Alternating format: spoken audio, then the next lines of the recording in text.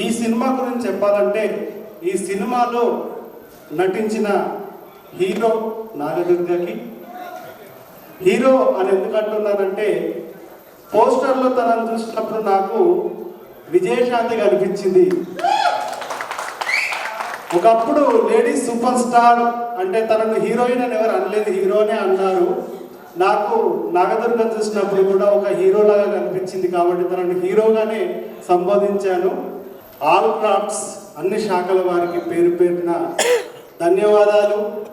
ఈ సినిమా అద్భుతమైనటువంటి విజయం సాధించాలని వారందరూ కూడా ముందస్తు శుభాకాంక్షలు తెలియజేస్తా ఉన్నారు.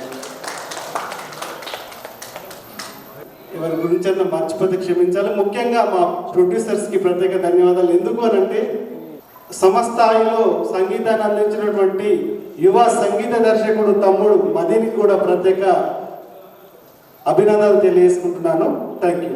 ఆయనతో పాటు సాగుతున్నటువంటి ప్రయాణంలో నన్ను కూడా పట్టుకొని ముందుకు నడిపిస్తున్నందుకు అన్నకి పాదాభివందనాలు అన్న. Thank you.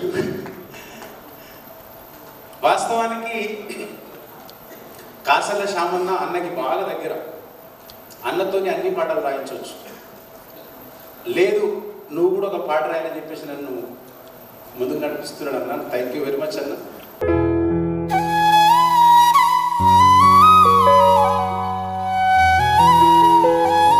Hero heroine duet item song చేస్తే ఎట్లుంటుందో 4 పాటలు డిఫరెంట్గా మీరు చూస్తూ ఉంటారు కదా. 4 పాటలు కూడా అట్లే ఉంటాయి మీకు, కానీ మొత్తం నేచర్ ఉంటుంది లిరిక్ అంతా.